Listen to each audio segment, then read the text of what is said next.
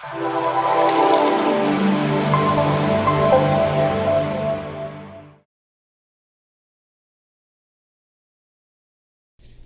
dia. Vamos lá. Agora a gente vai dar uma revisada na aula anterior, tá? E vai ser o seguinte: eu vou fazer perguntas para vocês e eu quero escutar bem alto a resposta de vocês, tá? Mesmo que esteja errada, eu quero que vocês respondam, tá ok? Vamos lá. Qual era o nome de Pedro antes de Jesus chamá-lo assim? É Simão. Qual o nome da porção de água onde Pedro realiza o seu trabalho de pescador? São 3 nomes. Qual o nome da porção de água onde Pedro realiza seu trabalho de pescador? Qual o rio, qual o mar, São 3 nomes, tá? Ou não, na verdade são 3 nomes da mesma coisa, mas são diferentes. Mar da Galileia, Mar de Tiberíades.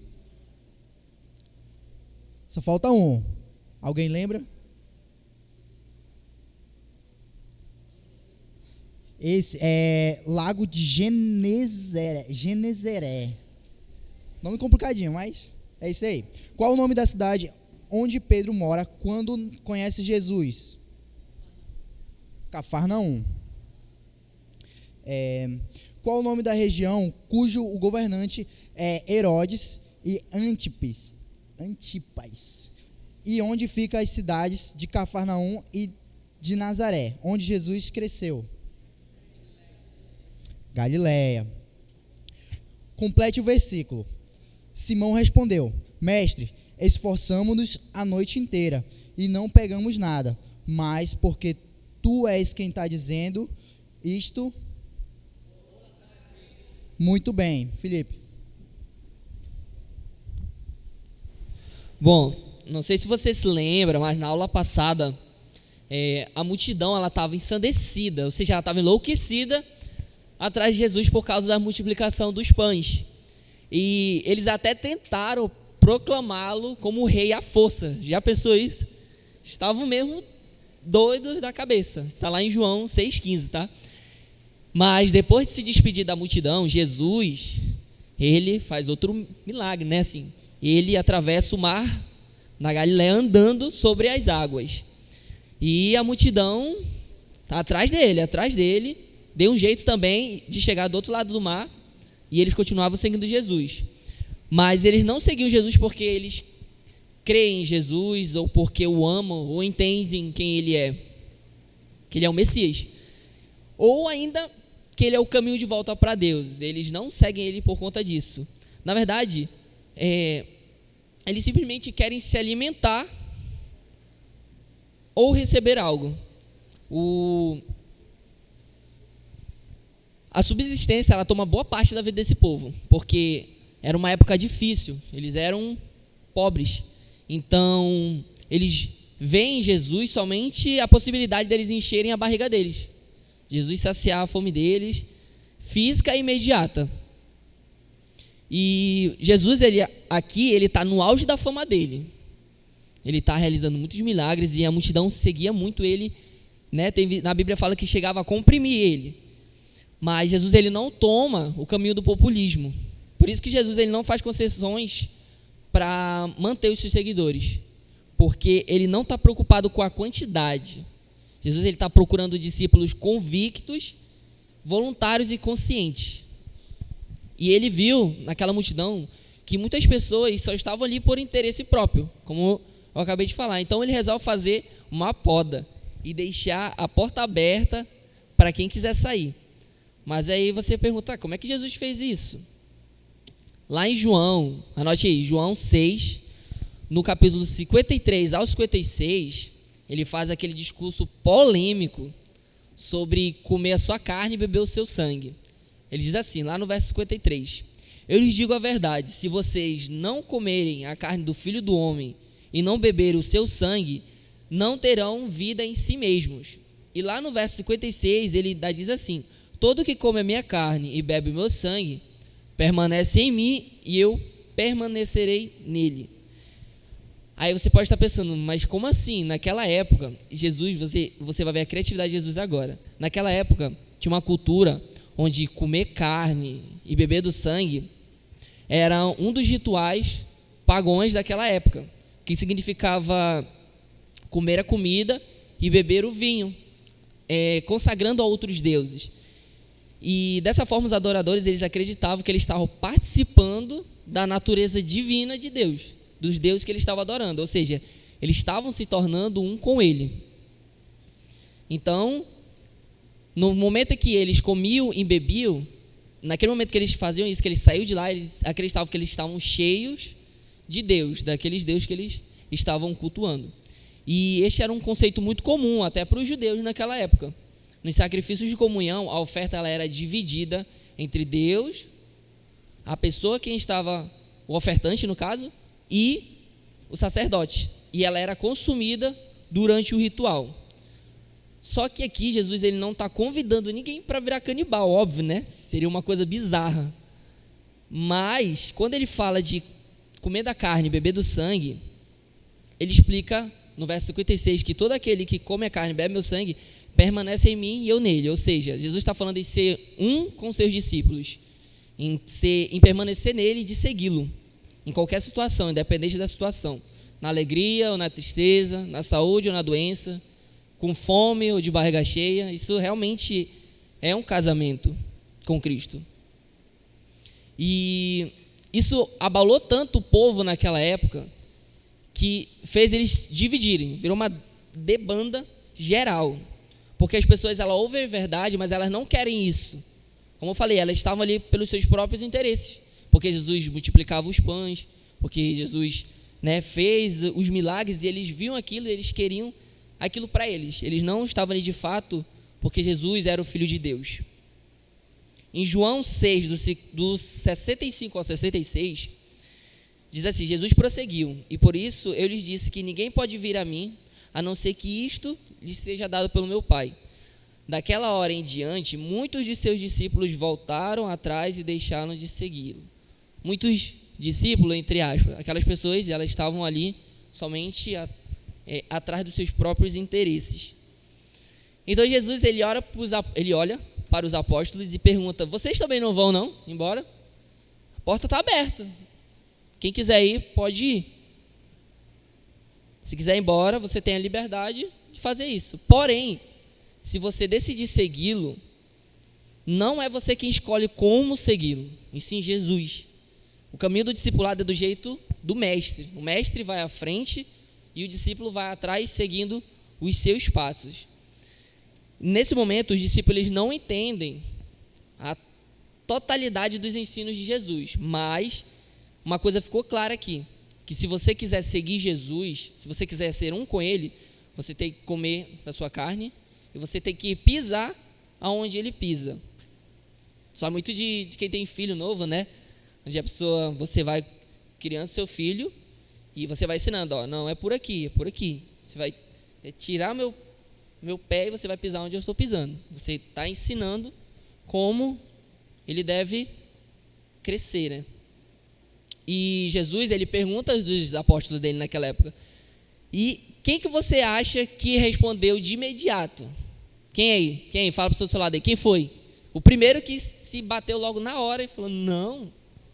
Foi Pedro, né? Lá no verso 68 e 69 do capítulo de João, capítulo 6, 68 e 69, diz assim: Simão Pedro lhe respondeu: Senhor, para quem iremos? Você meditou isso essa semana, não foi? Para quem iremos? Somente tu tens palavras de vida eterna. E nós cremos e sabemos que és o Santo Deus. E esse já é o nosso próximo visual aqui.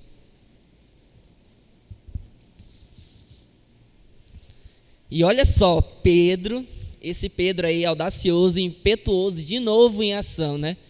Mas agora Pedro ele tem um entendimento espiritual diferente, incrível. Ele atua como líder dos apóstolos e diz: nós cremos e sabemos. É por isso que quando o nome de Pedro vem em todas as listas dos apóstolos, vem primeiro, significa liderança é por conta disso. Pedro, ele automaticamente tomava a frente e falava em nome de todos os outros apóstolos.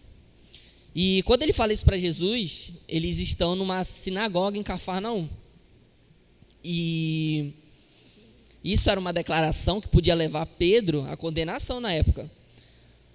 Mas, claro, perante esse sinédrio que naquela época governava. Mas ele não estava preocupado com isso. Ele já tinha entendido que não tinha outro caminho fora o de Jesus. E essa conclusão nos leva ao próximo fato da vida dele, que é para onde a gente vai, para onde nós iremos.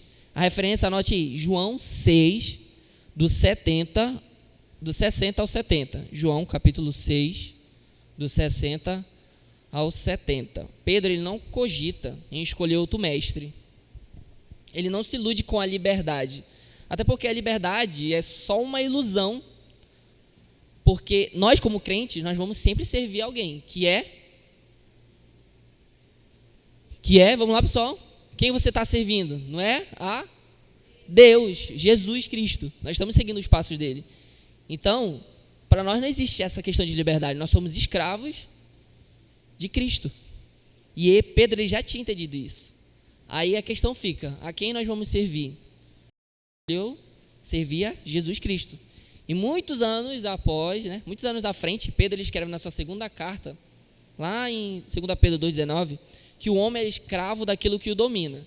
E ele decidiu ser dominado por Jesus, em ser um com ele, em comer a sua carne. Ele entendeu a prova de que alguém que é discípulo de Deus, de Jesus, alguém que é discípulo de Jesus, independente da circunstância, da dificuldade, sempre vai seguir o mestre, sempre. Isso é ser discípulo de Jesus. É segui-lo independente da dificuldade, da situação. É isso que é ser discípulo, ser escravo. E essa certeza de que não temos um lugar melhor é mais seguro e verdadeiro para ir além de Jesus. Ou seja, significa, faz com que a gente queira estar com Ele. Essa é uma daquelas verdades que serve como âncora para as nossas vidas, para as nossas almas. Quando tudo parece estar difícil, quando você para, cara, o carro bateu meu carro, me acidentei, minha moto, ou então minha família está doente, meus filhos estão doentes. Quando vem aquela dificuldade, você vai lembrar, você vai sair daqui com isso na cabeça. No versículo que nós meditamos essa semana, só Jesus tem palavras de vida eterna. Então, você vai correr para Cristo. E Pedro foi quem ele fez essa revelação, foi ele o primeiro a fazer essa revelação. Então vocês têm que concordar comigo que Pedro, aqui, ele está melhorando, ele está se aproximando de Deus ou não? Sim, certo? Ele está crescendo. Aqui Pedro, ele está virando o líder, a pessoa, o servo, o apóstolo que Deus quer, sim ou não? E já anote o nosso próximo evento, Quem Sou Eu? Quem sou eu? Essa passagem se encontra no livro de Mateus, no capítulo 16, a partir do verso 13, tá bom? E assim, Pedro está seguindo Jesus tem mais de um ano, eles estão indo para a região de Cesareia do Filipe. Aí eu estou falando grego com vocês, a gente vai voltar lá naquele mapa só para relembrar. Nath, coloca o mapa para a gente rapidinho. Aí, volta um slide. Aí, lembra dessa região? Ela foi dividida em 3, depois que o rei Herodes Grande morreu. Aí só para a gente relembrar, para a gente revisar. A parte azul, que é a região da Judéia, ficou com Herodes Arquelau.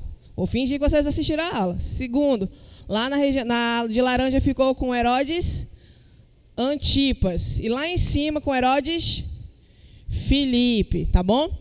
Pode passar um. Aí eles estavam indo lá para cima, lá para a região de Cesareia de Filipe. Eu sei que ficou um pouco escuro, mas a gente marcou com um quadradinho.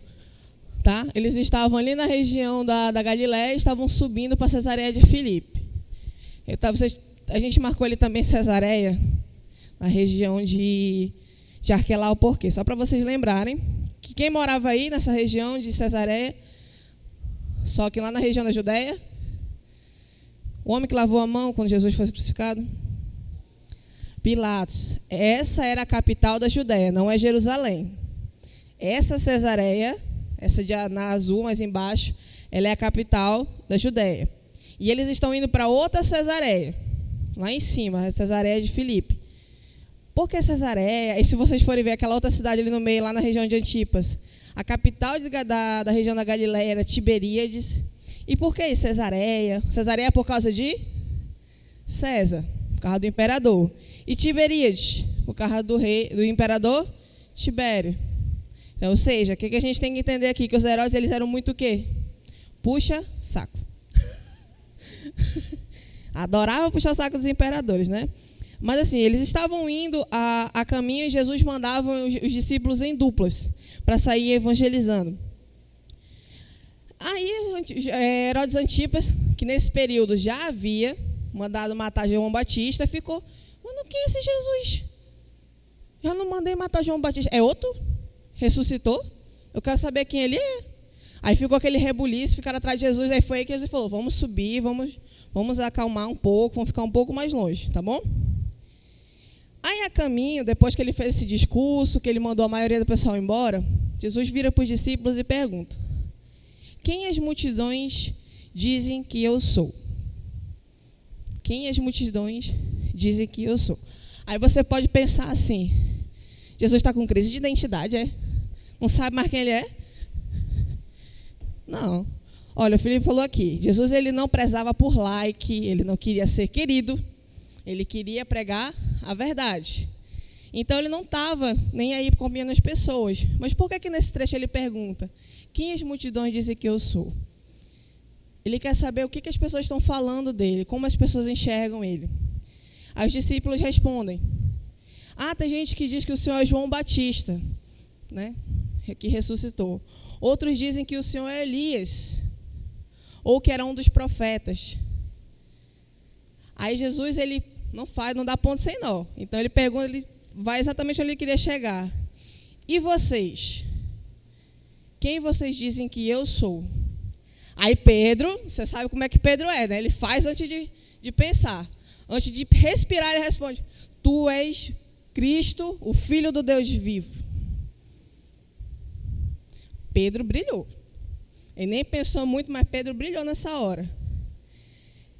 E por que essa é uma das afirmações mais felizes de Pedro? Que embora ele não entendesse muito o que significava isso, embora a gente também não entenda muito o que significa, ele estava afirmando que Jesus era da natureza de Deus. Afirmando que Jesus é filho de Deus, ele é da mesma natureza de Deus. E por que isso é importante? Porque para os judeus, tudo bem Jesus ser Messias. Para os judeus, tudo bem Jesus fazer milagres. Mas ser Deus? Isso era uma blasfêmia muito grande. E isso é complicado demais para eles. Lá em João, capítulo 5, eles queriam matar Jesus, não porque ele estava violando o sábado, mas porque ele estava dizendo que Deus era seu próprio Pai. E ainda no capítulo 10 de João, Jesus pergunta: por que boa obra vocês querem me matar? Eu só ressuscitei seus mortos, eu fiz milagre, eu curei. Por que vocês querem me matar? Aí ele: não, a gente não queremos lhe matar pelas suas boas obras. Queremos lhe matar por causa da comparação, se igualando a Deus. E eles tinham essa dificuldade. Mas Pedro, ele foi muito incisivo. Ele falou: tu és Cristo, Filho do Deus vivo. E nós precisamos ter convicção disso, que Jesus, ele é Deus. Jesus é Deus. Se Jesus não é Deus, gente, ele é só um mártir. Ele é só uma pessoa que morreu por alguma coisa. É tipo Tiradentes. O que Tiradentes fez por você? Deu um feriado. Não. Ele era um dentista. Nada, gente. Tiradentes não fez nada por você. E a observação é que ou a gente acredita que Jesus é Deus, ou a gente descarta. C.S. Lewis, ele tinha uma definição muito importante. Ele falava exatamente: hoje a gente acredita em tudo que Jesus falou, tudo, não é pouco, não é metade, é tudo que Jesus falou e que ele era o que ele é. ou a gente só vai ter duas opções. Ou Jesus ele era louco, a gente considera que Jesus era maluco, pessoa completamente alucinada que dizia que era Deus e morreu por causa disso. Ou ele era um mentiroso, que ele sabia que ele não era Deus e ficou enganando as pessoas. Nesses dois casos, sendo louco ou sendo mentiroso, se ele for qualquer uma dessas outras coisas, a gente precisa descartar tudo que ele ensinou. Tudo que ele falou, tudo que ele pregou. E é um contraste muito grande. Aceitar tudo, todo ensinamento, tudo aquilo que a gente não gosta, que ele ensine, que pega no nosso pé, ou descartar tudo que ele fala. Porque se você for observar isso que o mundo diz, Jesus não era Deus, mas ele foi o maior psicólogo de todos. Jesus não era Deus, mas ele foi o maior professor de todos. Não. Ou Jesus ele é Deus e a gente aceita que ele é Deus, ou ele não era nada. Eu sei que isso é um pouco duro, mas ou a gente aceita quem ele é, ou a gente descarta totalmente.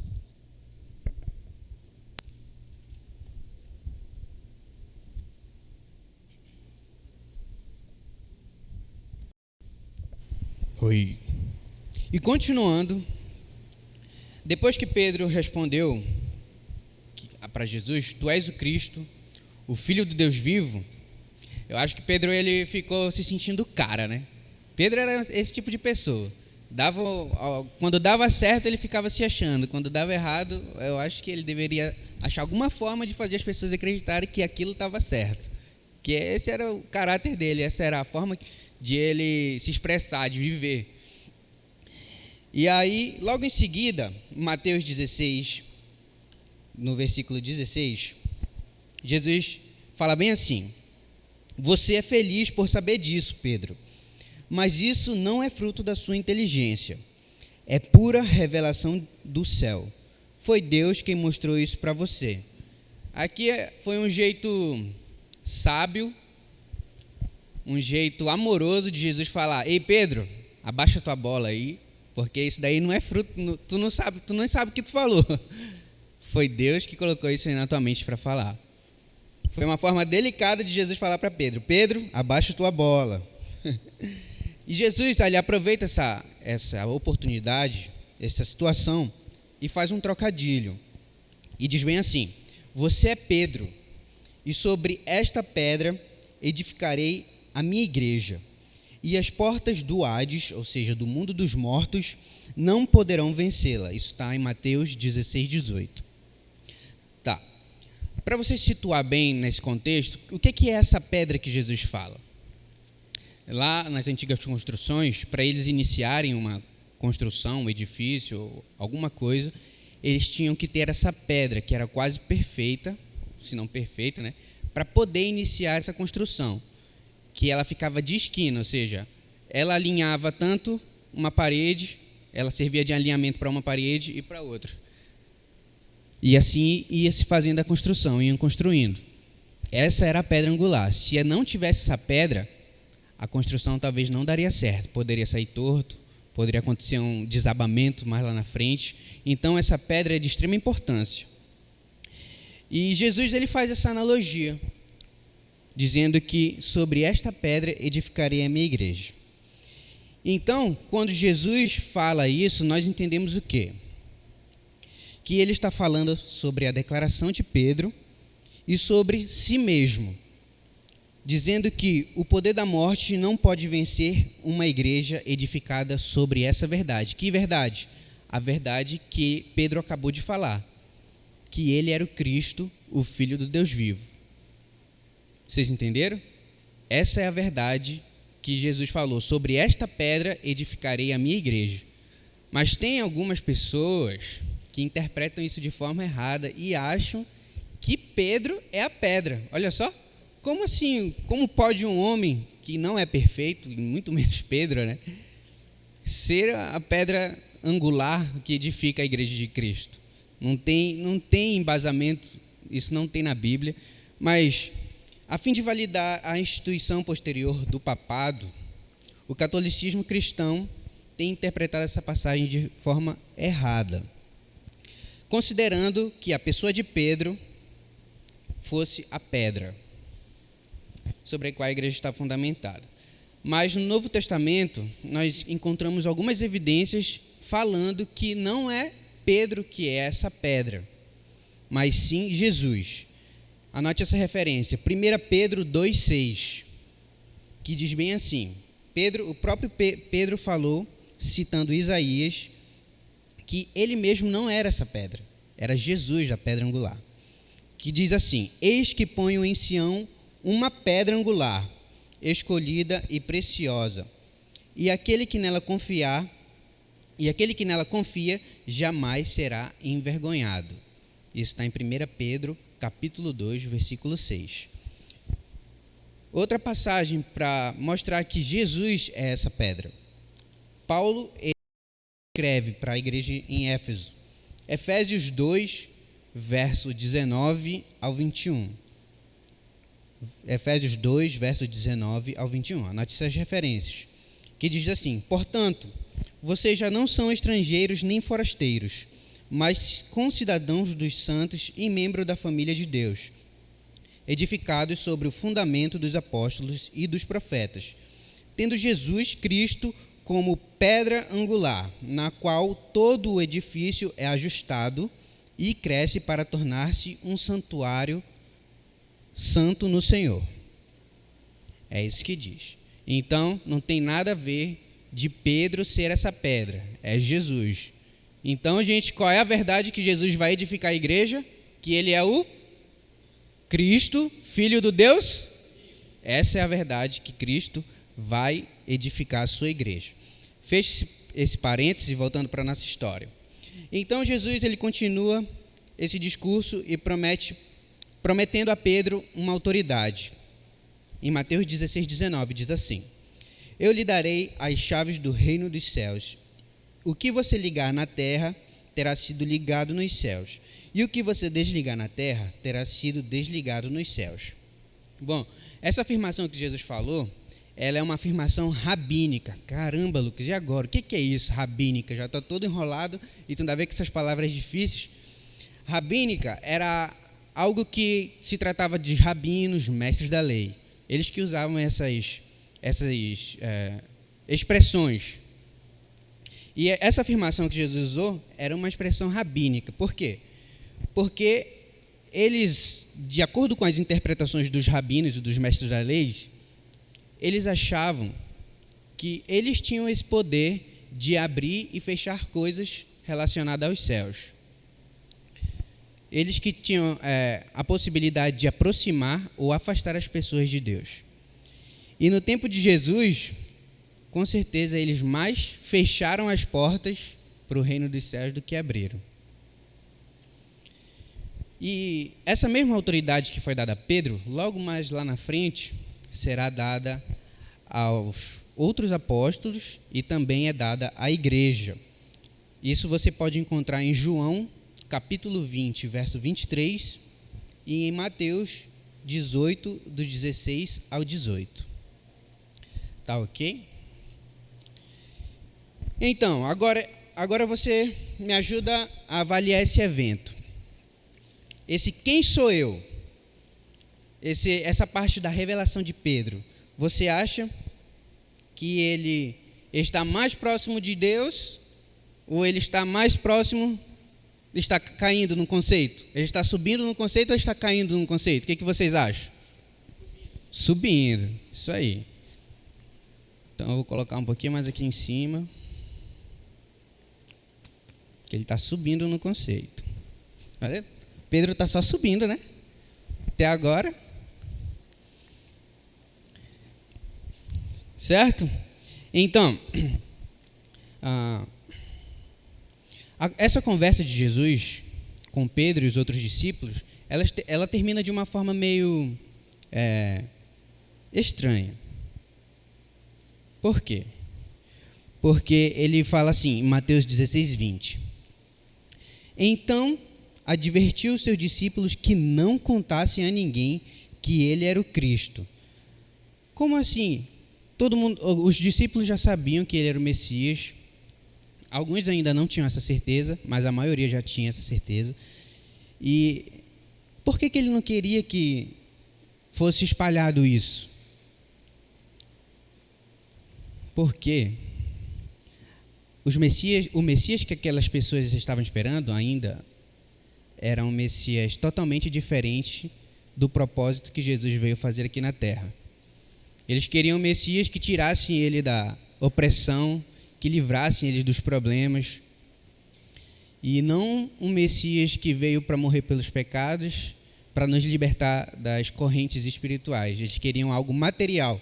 E o Messias que Jesus que ele veio, foi para tirar essas coisas espirituais, nos livrar do pecado e da morte eterna. Só que eles não entendiam isso ainda. Então foi por isso que Jesus pediu para que eles ainda não espalhassem que ele era esse Messias. Certo? Vocês entenderam? Então, vamos lá. A palavra Messias em hebraico é o mesmo que Cristo no grego. Messias é em hebraico e Cristo é em grego, mas são a mesma palavra. E essa palavra significa ungido. Ungido. No mundo judeu, alguém era ungido para se tornar um sacerdote ou um rei terreno. Mas o reino de Jesus não é desse mundo. E definitivamente Jesus não veio a esse mundo para ser um tipo de sacerdote ou rei que eles queriam torná-lo. Como o Filipinho disse, que queriam torná-lo até a força, tornar Jesus o rei dos judeus.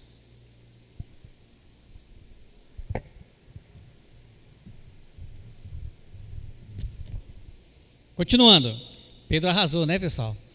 Quem és tu? O que você diz que eu sou? Eu sou. Aí Pedro responde: tu és o Cristo, o Filho do Deus vivo. Então ele subiu ali no conceito e está mais próximo de Deus, né? Esse Pedro ele é o cara aí, né? Mas esse dia passou esse dia. Agora estamos no dia em que Jesus começou a falar sobre o seu sofrimento, o que ele ia passar daquele momento para frente, o que ele ia sofrer, sua morte e a sua ressurreição. E isso vai nos levar para uma próxima cena com Pedro. Anote aí a próxima cena. Coloque bem assim no seu caderno. Para trás, Satanás. Agora nós vamos avaliar essa nossa próxima cena. Para trás, Satanás. Anote aí. Anotou? Agora você vai ler o que você anotou. Leia aí. O que você anotou? Você anotou? Então leia aí agora. Como? Mateus capítulo 16, verso 21. Pega a sua Bíblia. Mateus capítulo 16, verso 21. Desde aquele momento, ou seja, daquele momento para trás, Jesus ainda não tinha revelado o que ele ia passar, o que ele ia sofrer, o que ele ia fazer aqui nessa terra por cada um de nós. Ele não tinha comentado ainda. E aqui Mateus ele já começa a falar, desde aquele momento, ou seja, dali para frente ele já vai começar a falar tudo aquilo que ele ia passar, tudo aquilo que ele ia sofrer por cada um de nós. Jesus começou a explicar aos seus discípulos que era necessário que ele fosse para Jerusalém e sofresse muitas coisas nas mãos dos líderes religiosos, dos chefes dos sacerdotes e dos mestres da lei, e fosse morto e ressuscitasse ao terceiro dia. Então Jesus pegou ali os seus discípulos e começou a falar essas coisas, que ele ia morrer, que ele ia sofrer, que os mestres da lei, que os sacerdotes, que os religiosos iam fazer com que Jesus sofresse. Em outras palavras, Jesus começa a explicar o que ele iria sofrer: ser morto e ressuscitar. Isso na cabeça dos discípulos soou de uma forma estranha, porque eles não esperavam um Messias, um Salvador, um Cristo que morresse. E Marcos, ele fala assim, ele falou claramente a esse respeito, ou seja, ele falou de uma forma clara, objetiva, que todo mundo pudesse entender. E isso incluía que a sua morte seria de cruz. Mateus capítulo 16, verso 24. Ixi, agora sim, agora complicou na cabeça dos discípulos, né? Dos apóstolos. Morte de cruz? Como assim? Imagina o que se passa na cabeça de Pedro. e dos outros discípulos. Opa, peraí, Jesus, isso na cabeça de Pedro. Peraí, Jesus, eu acabei de falar que tu és o Cristo, o Filho do Deus vivo, e agora tu vem com essa conversa que vai para a cruz, que vai morrer. Como assim? Isso não encaixa, isso não entra na cabeça. Então, peraí, tem algo muito errado aqui que não está certo. Realmente, se Jesus morrer, então não vai ter mais aquele reino que o povo esperava, aquele reino terreno, onde o Messias, o ungido, o Cristo, ia libertar o povo da opressão. Se ele morresse, não ia ter mais isso. E o que o povo judeu esperava? Esperava isso, a libertação daquela opressão. Quem estava oprimindo o povo naquele momento? Era os romanos, não era? Eles queriam ser libertos disso. Mas Jesus deixa claro que o seu destino final não era a cruz. Não era a cruz, o destino final de Jesus. E sim a ressurreição, a glória. O problema é que o choque daquela palavra, quando Jesus falou, eu vou para a cruz, aquilo bloqueou a mente dos discípulos. Por quê? Porque cruz significava vergonha, punição, morte, sofrimento. Então, quando os discípulos ouviram aquela palavra que Jesus falou, eu vou morrer na cruz, eu vou para a cruz, bloqueou a mente deles. E eles não ouviram a parte seguinte, que Jesus falou assim, mas eu vou ressuscitar no terceiro dia.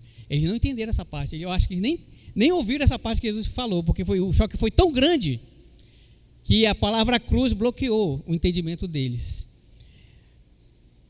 Aí o que acontece? Antes que você comece a pensar, nossa, mas aquele discípulo era um pouco tapado, né? Porque Jesus falou claramente sobre ressurreição, que ele ia morrer, mas ele ia ressuscitar.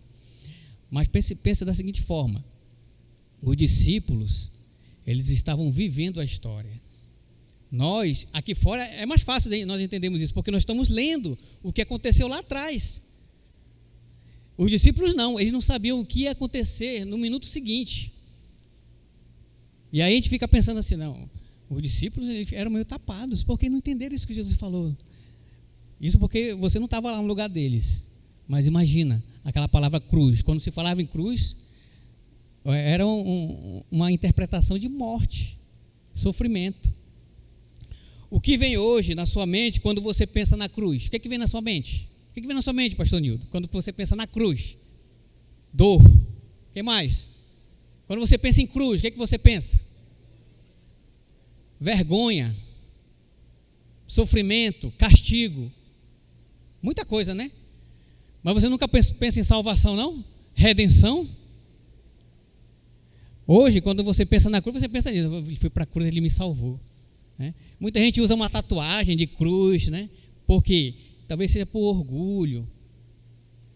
Outros colocam uma camisa com uma cruz aqui. Outros usam um cordão com uma cruz. Por quê? Porque agora virou um símbolo de orgulho. Mas naquele tempo lá, pessoal, não. Aquilo ali era vergonha. Era morte. Então, nós conseguimos fazer isso, ter orgulho dessa cruz, onde Jesus foi submetido. Agora se coloque no lugar desses homens, os apóstolos. Para eles, a cruz simbolizava não só morte, não só sofrimento e dor, mas uma profunda humilhação pública, porque o transgressor, o malfeitor, o bandido, era colocado à vista de toda a cidade. Era uma vergonha, eles eram expostos em nudez, eles ficavam nus ali, imagina só. E isso aí era um castigo para criminosos. Quem cometia algum crime era submetido a esse castigo. É uma imagem horrorosa que você não liga com alguém que vai implantar um reino glorioso. Você não vai ligar isso nunca. Os discípulos não ligavam essa imagem de cruz com o reino glorioso. Como o Messias prometido poderia ter esse fim? Eles imaginavam isso. Como o Messias prometido pode ter um fim desse, de morrer numa cruz?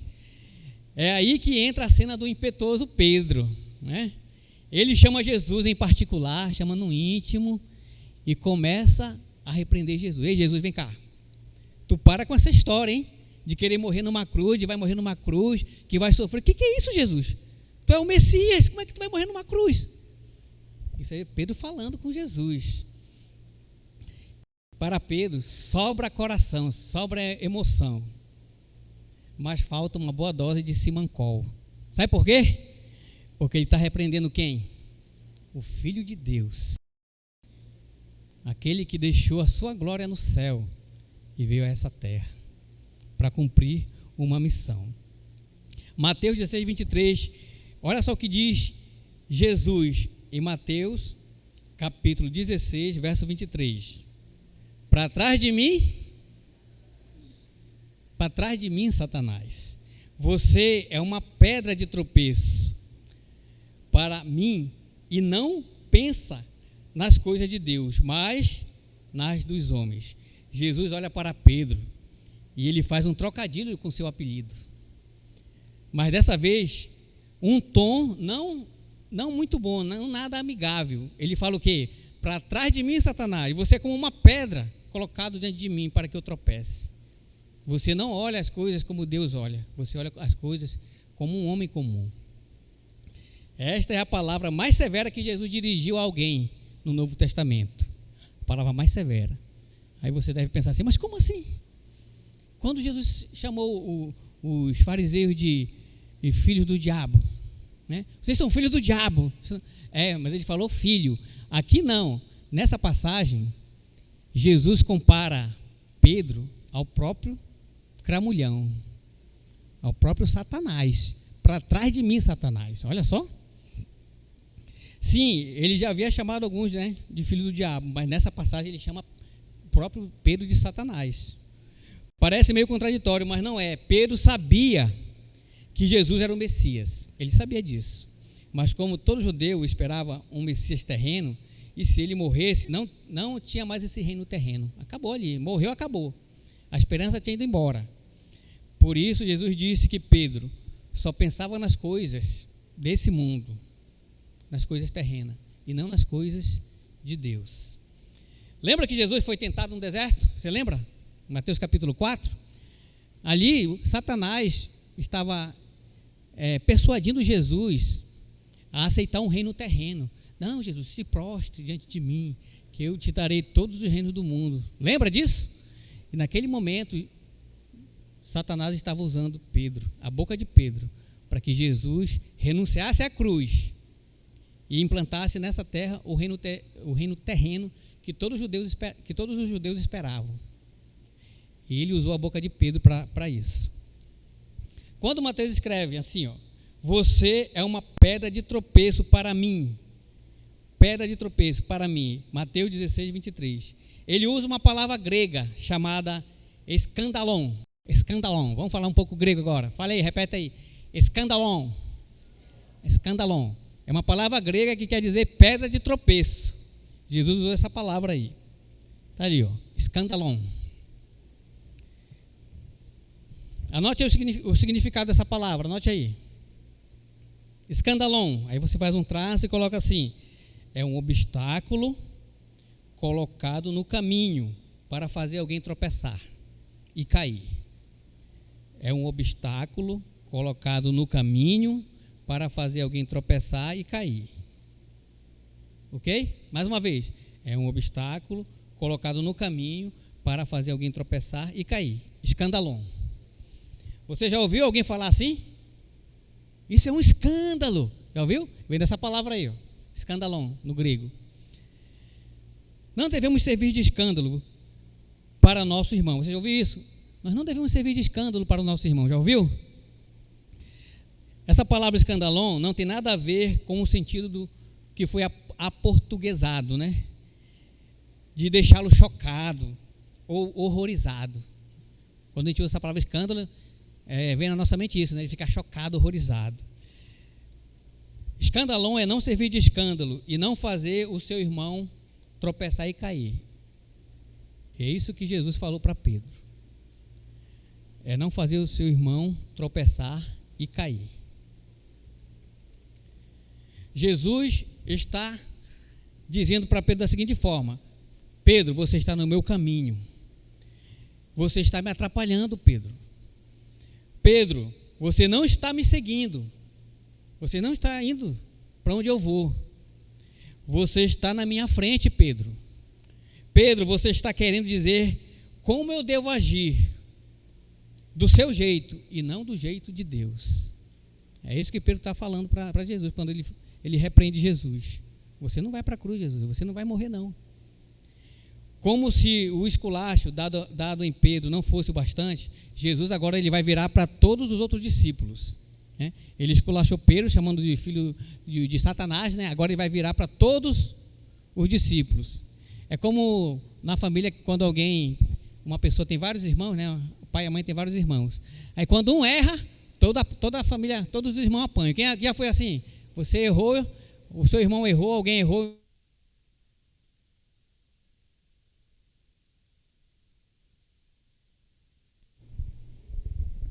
Oi. O seu irmão errou e todos entram na peia, né? Pois é, assim foi agora com os discípulos. Jesus chamou a atenção de Pedro e agora ele vira agora para os apóstolos e começa a repreender todos eles. Ele fala assim: é o seguinte, eu estou indo para a cruz e se alguém quer me seguir, o caminho é esse, a cruz.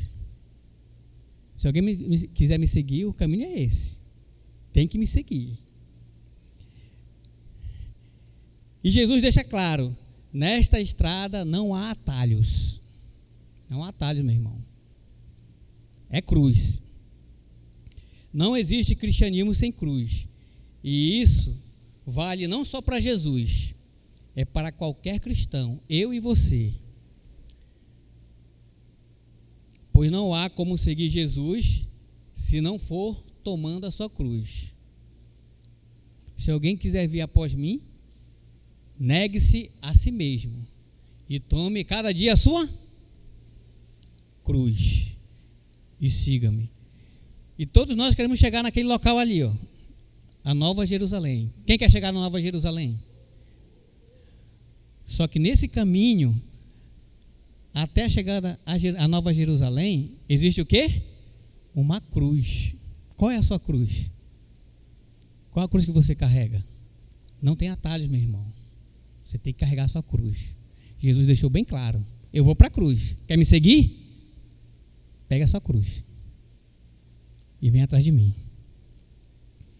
Jesus ainda completa: e se a cruz, a renúncia, a humilhação forem demais para você, ao ponto de se envergonharem de me seguir, então quando chegar no fim da estrada, lá no fim, na Nova Jerusalém, quando você chegar ali, o que Jesus fala? Eu também vou me envergonhar de você. Duro isso, né? Mas essa é a verdade, não há atalhos. Que cada um de nós possamos carregar também a nossa cruz. Por que Jesus foi tão duro nessas palavras? Por que Jesus ele usou de tão severidade quando ele conversou com os discípulos? Porque a cruz é a missão de Jesus desde o começo. Desde o começo a cruz era a missão de Jesus. Foi para isso que ele veio ao mundo. João capítulo 12, verso 27. A missão de Jesus era a cruz. A cruz não é um plano que deu errado, gente. A cruz não é um plano que deu errado. Alguns pensam assim: tadinho de Jesus, ele veio aqui a esse mundo, pregou o amor, falou de paz e morreu numa cruz. Parece um fracasso, né? Parece que ele fracassou. Essa era a missão de Jesus, a cruz. A cruz é o plano que está no coração de Deus desde a eternidade. A cruz é o plano que está no coração de Deus desde a eternidade. Disso testificam os profetas desde a criação do mundo. Olha o que Isaías diz: o servo sofredor, transpassado por causa das nossas transgressões, esmagado por conta das nossas iniquidades, como sacrifício, como cordeiro que vai para o sacrifício. Pedro também testifica sobre isso. Ele fala assim, lá em 1 Pedro capítulo 1, verso 20: o sangue de Cristo, conhecidos antes da criação do mundo. E João também fala: o cordeiro que foi morto desde a criação do mundo. E também Paulo, que diz assim: porque Deus nos escolheu nele. Em quem? Em Cristo, antes da criação do mundo. Então a cruz é o plano, gente. A cruz é o plano que Jesus teria que cumprir. A cruz é o único modo de Deus justo e misericordioso manter a sua justiça, punindo todo tipo de pecado, e manter também a sua misericórdia, libertando o pecador de toda a sua culpa. Foi na cruz que ele cancelou a nossa dívida, cancelou o nosso destino eterno, que era viver separado de Deus por toda a eternidade. Mas é com vocês agora. O que a gente vai fazer agora com Pedro? Porque ele tentou interferir na salvação. O que nós devemos fazer com ele? Isso é uma coisa de homem ou uma coisa de Deus? Isso que Pedro falou. O que vocês acham? De homem? Então ele vai subir ou ele vai descer? Se pudesse jogar lá fora, né? Jogar lá fora. Então ele desce um pouquinho. Tá bom aqui ou abaixo da linha? Colocar bem aqui, ó. Pronto. Foi usado por Satanás. Sai para trás de mim, Satanás. Vamos lá. Agora eu vou chamar aqui o pessoal do CENIB. É isso? Vamos lá, Paula. Quem pegou sua meditação? Quem não pegou? Na verdade, que levante a mão quem não pegou. Fica com a mão levantada. CENIB rapidinho. Essa é a sua tarefa. Pergunta também, alguém deixou de dar presença? Então você vai fazer isso no final, porque não tem intervalo. Pastor José. Continuando. Uns 8 dias depois que Pedro ouviu essa palavra, para trás de mim, Jesus, ele chama Pedro, chama Tiago e chama João. 8 dias depois que Pedro ouviu essa palavra, para trás de mim, Satanás. Ele chama os 3 em particular e leva os 3 para um monte para orar. Então foi Jesus, Pedro, Tiago e João, 4 pessoas. A essa altura do ministério, os discípulos eles não tinham tempo nem para comer. Jesus estava famoso, tinha muita gente atrás de Jesus. Ele não tinha tempo nem para comer e nem sequer para dormir. E lá pelas tantas horas da noite, lá em cima do monte, Jesus estava o quê? Orando. E os discípulos estavam fazendo o quê? Os 3? Estavam? Dormindo. Os 3. De repente, Pedro acorda. Ele acorda. E ele, meio atordoado, ele olha na direção onde Jesus estava. E ele viu uma visão gloriosa. Anote aí a nossa próxima cena. A transfiguração. Anote. Referência para você. Marcos capítulo 9, versículos 12 e 13. E esse acontecimento também está descrito lá em Mateus, no Evangelho de Mateus, capítulo 17, do verso 1 ao 13. E Lucas, capítulo 9, versículos 28 ao 36. Anotaram a referência? Então Pedro ele acorda meio atordoado, dá uma olhada e vê uma cena gloriosa.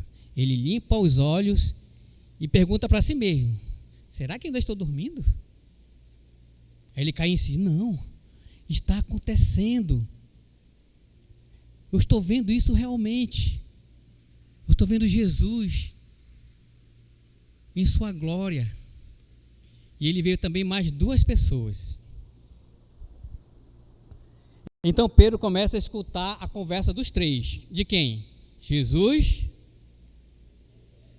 Quem? Moisés e Elias. Isso.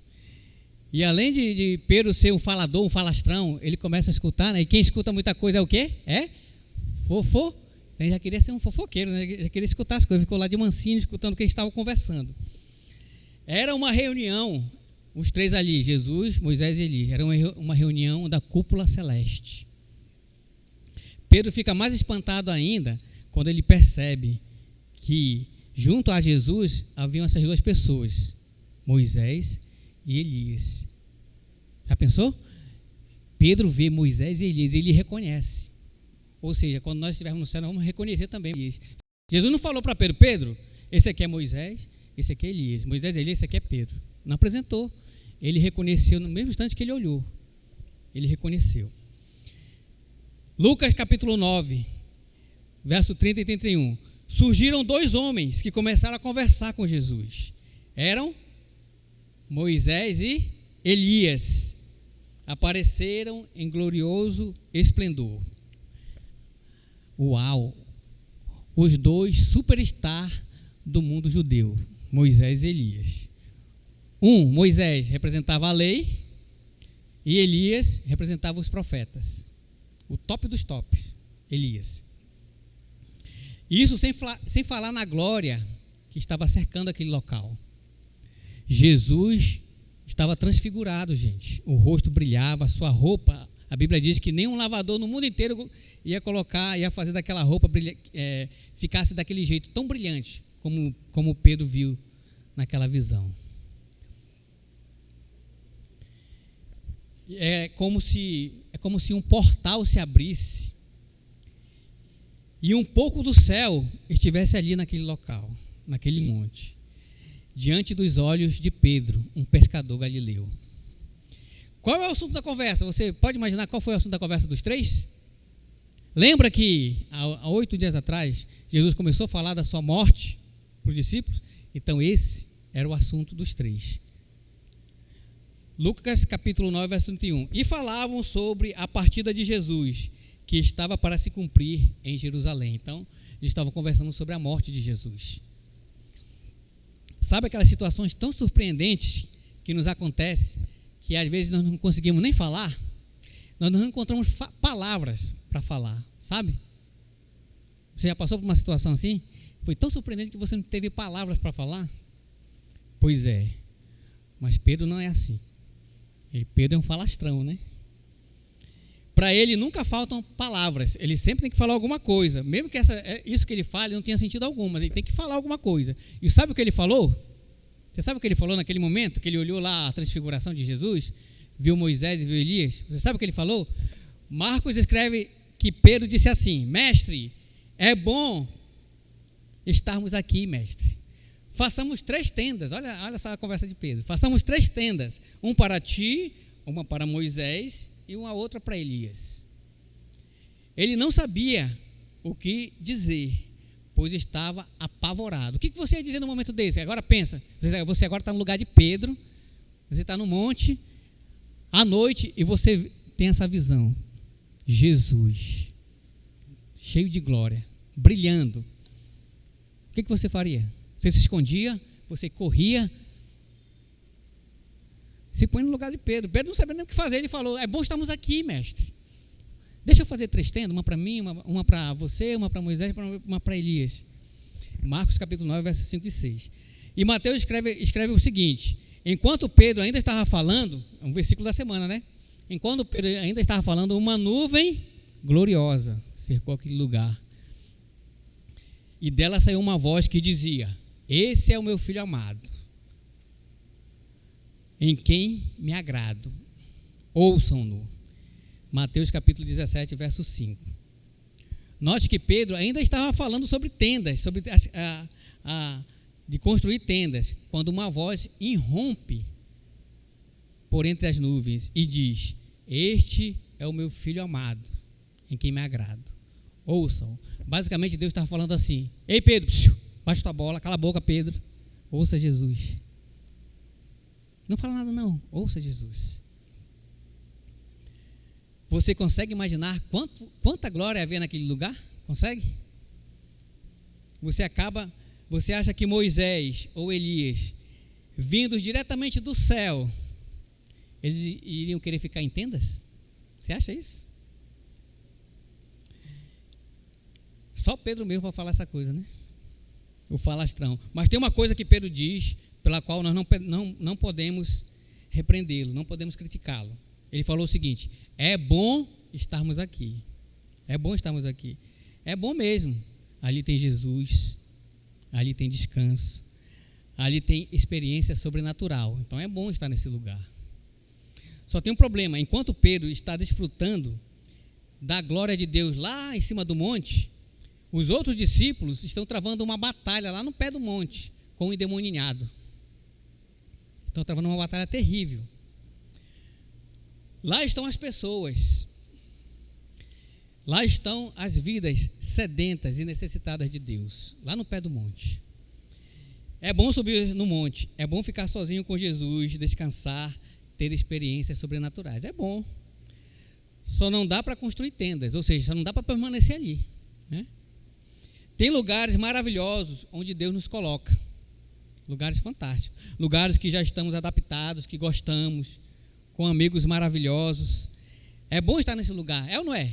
Não é bom estar num lugar assim? Claro que dá vontade de fazer umas tendas e ficar ali, né? Naquele lugar fantástico, com bons amigos, com Jesus. É bom ficar ali, longe dos problemas. É nosso momento de descanso, é o nosso momento de refrigério. Mas assim como as lutas e os sofrimentos aqui nessa terra são momentâneos, os refrigérios também são momentâneos. Vamos precisar descer do monte, né, lá da glória, lá do descanso, da experiência sobrenatural, porque tem pessoas lá embaixo do monte precisando de nós. Tem pessoas que precisam da nossa ajuda. Tem obreiros, tem líderes que precisam do nosso apoio. Dá para entender porque Pedro sugeriu as tendas, mesmo sem pensar muito no que ele estava dizendo. Dá para entender. Ele sabia que ali havia a glória de Jesus. Ele viu aquela glória. E ele queria ficar ali. Ele não queria mais sair dali. Ele queria construir tenda e ficar ali para sempre. Por isso, Pedro quer manter aquele momento de glória, que se parece mais com a imagem do Messias, que no fundo, todo judeu imaginava. Aquele Messias glorioso, que vinha reinar, que vinha destruir aquele reino opressor terreno, ia se estabilizar, ia se manter no reino terreno aqui na terra, com aquela glória. Um dia a glória de Jesus vai brilhar para sempre. Um dia essa glória vai brilhar para sempre. Mas por enquanto ainda há uma cruz no caminho. Por enquanto há essa cruz. É preciso descer do monte e cumprir a missão que Deus nos deu. Assim como Deus deu uma missão para Jesus, que era uma missão de cruz, Ele tem dado uma missão para mim e para você. Qual é a sua missão? Você sabe? Pergunta a pessoa do seu lado: qual é a sua missão? Tem uma cruz no meio, sabia disso? Mas qual é a sua missão? Um dia veremos Jesus voltando em glória, com poder e majestade. Nós aguardamos esse dia. E toda essa expectativa que Pedro tinha e que nós também temos será plenamente satisfeita. Ele vai voltar. Você crê nisso? Jesus vai voltar em glória. Deus permitiu que Pedro visse uma pré-estreia, né? Abrisse uma fresta, olhasse assim um pouquinho daquilo que nós um dia veremos completamente, a glória de Jesus. Ele permitiu isso, uma pré-estreia do espetáculo que um dia nós veremos completamente. Depois dessa experiência de Pedro, da transfiguração, de ver Jesus glorificado com Moisés e Elias, você acha que Pedro, ele sobe ou ele desce? O que vocês acham? Qual é a sua avaliação? Sobe ou desce? Ele sobe? Ele sobe. Vamos lá. Aqui, né? Aqui? Aqui? Pronto. Ele reinicia, né? A nova caminhada. Depois de ser chamado de Satanás, ele reinicia a caminhada. Ok. Lucas?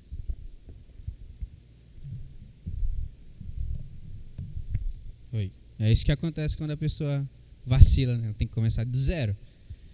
Mas vamos lá. Já estamos há tanto tempo falando de coisas sobrenaturais, revelações, coisas teológicas que talvez você tenha esquecido que eles estão aqui na terra, e aqui na terra tem coisas humanas. E o nosso próximo ponto é, anote aí, pesca dinheiro. Pesca dinheiro. E você vai já entender por que é esse o nome. Pesca dinheiro.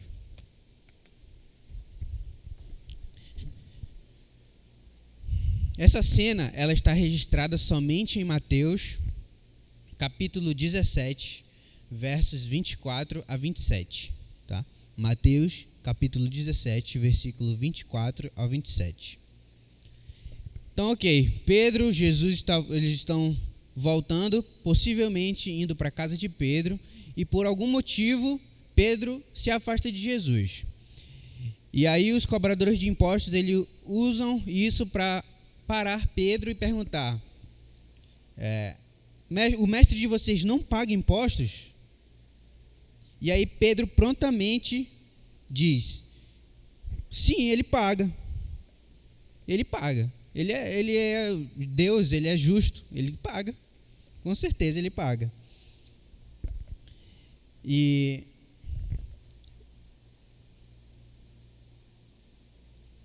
depois disso Pedro vai embora. Para você se situar naquela região, naquele momento histórico, o imposto ele valia duas dracmas. Só que essas dracmas, para o povo judeu, era em denário. E trazendo para os dias de hoje, um denário equivale a 100 reais. Já pensou?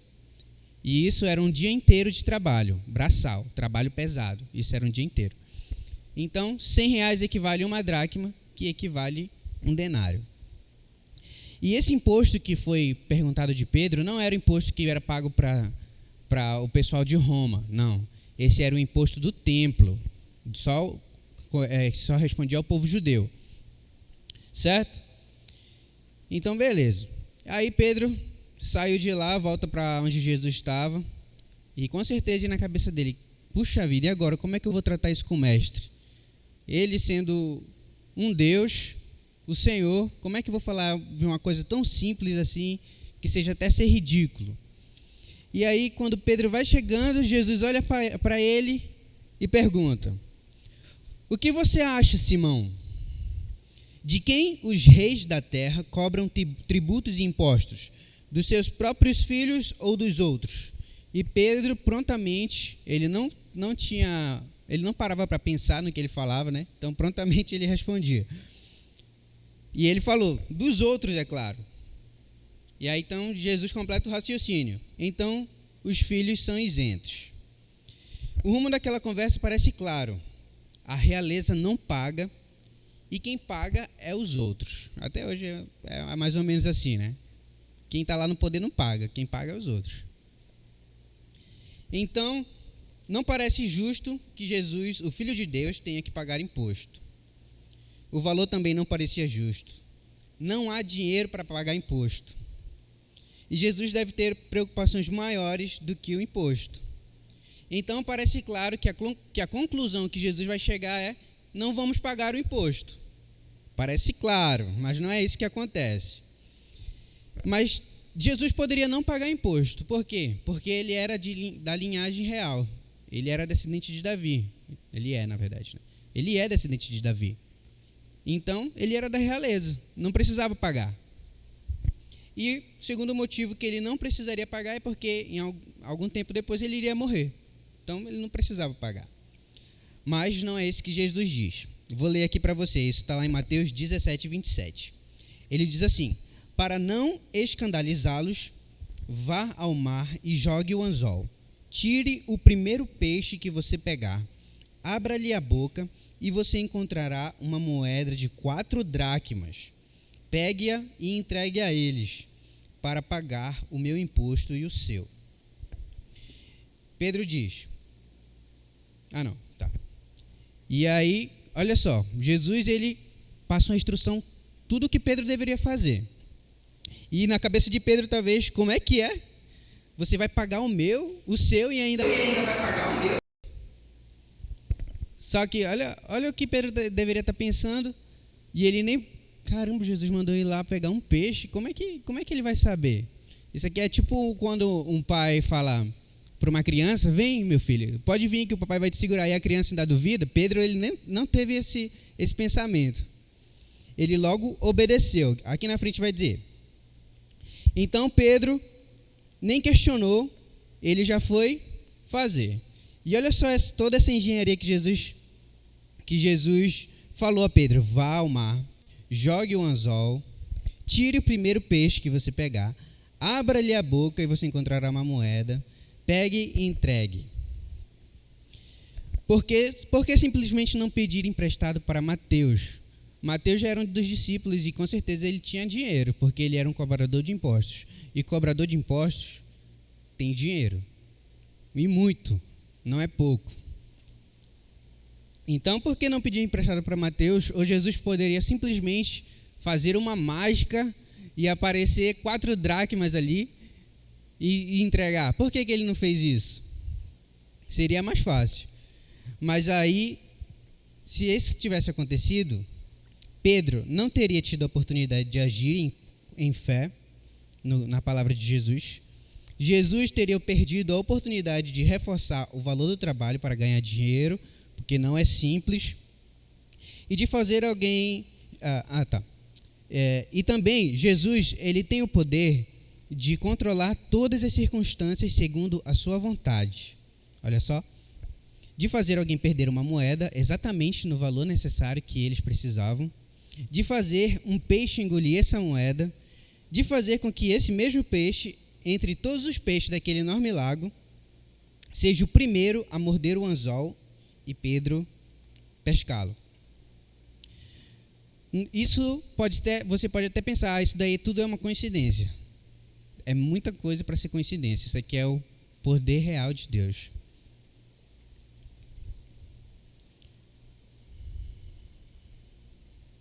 Talvez não seja só sobre o imposto, ou sobre poder. Não é somente sobre isso. É sobre ensinar que se preocupar com o reino dos céus não implica em chutar o balde e abandonar as nossas responsabilidades civis e sociais. Então Pedro, ele obedece, vai lá, pesca o peixe com os dracmas exatamente no valor que eles precisavam, sem questionar nada. E por que Jesus fez isso? Ele poderia muito bem fazer um milagre e fazer com que tudo isso se resolvesse. Mas, se ele não pagasse o imposto, ele ia perder crédito com as pessoas. Ele ia estar falando do amor de Deus, e aí as pessoas teriam algum motivo para acusá-lo. Então, para ter seu caráter inabalável, valia muito mais do que 4 dracmas, ou seja, R$400 na nossa atualidade. Então não valia a pena ele deixar de pagar.